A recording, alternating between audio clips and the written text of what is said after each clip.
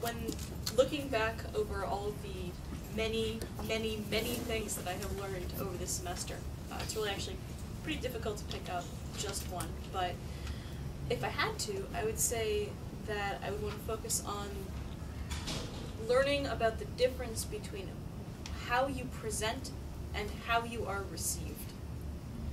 That you can present one way and be received or understood 20 different ways. Just like there are 70 faces to the Torah, there's 70 faces to a teacher depending upon who's sitting in the classroom.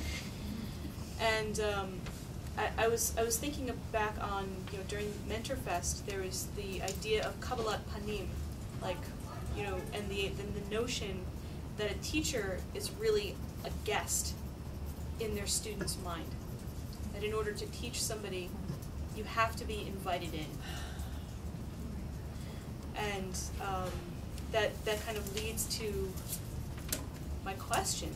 And my question is, what do you do for the disengaged child?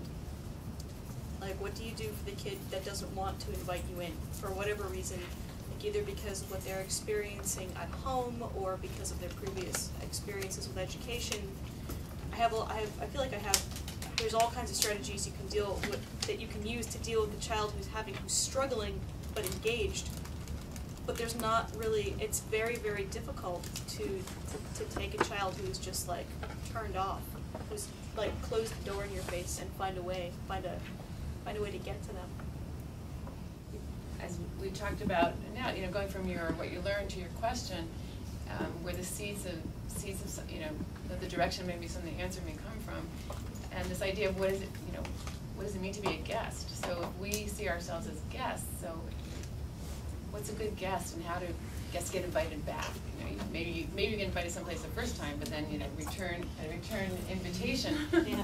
Or and think of it when you're hosting, when you have guests, and maybe starting to think about ourselves as guests, with the teacher as a guest, and the qualities and characteristics that might help us see then how we can get invited to the closed door student, that they want to invite us in. And so, I haven't had that answer. I'm just thinking that might be an interesting way to start to think about it. I think something to answer, like how to be the good guest, is something we've been talking about in respecting the space you're entering and respecting the student's mind and where they're coming from and how they learn. And I think it all links up quite nicely.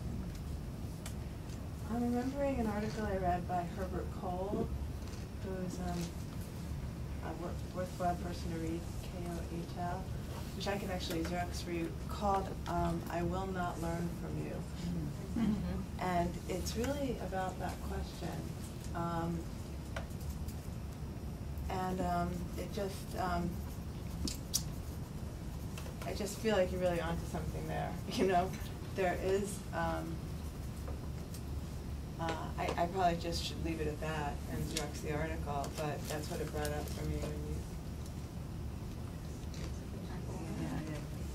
I want to sort of think about what you first said about how the difference between how you present and how you are received, and what the amount of self-awareness that's necessary to be able to kind of do that. Because it just strikes me, as you're presenting, you also have to be able to take yourself out and put yourself in the position of the person that you're presenting to, and kind of even as you're in the active role, you have to think about what is the other person hearing and seeing and doing, and being able to do both of that at the same time, I think requires a tremendous amount of wisdom, self-awareness and wisdom, and I want to encourage you to continue to do that. Thanks.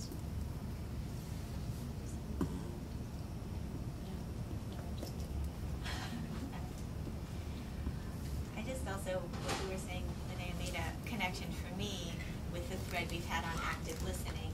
It seems to me that that's a really important piece of trying to wrangle an invitation. is to really try to listen to see where the openings are, and so that you can better understand the mind of the person you're talking to.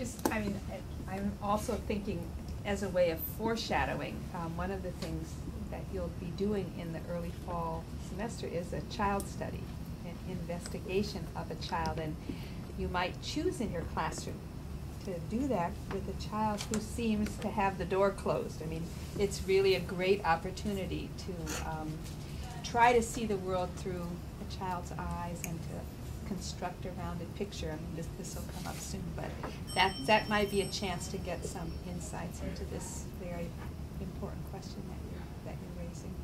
And all of you who are talking about active listening, that will be a great resource in that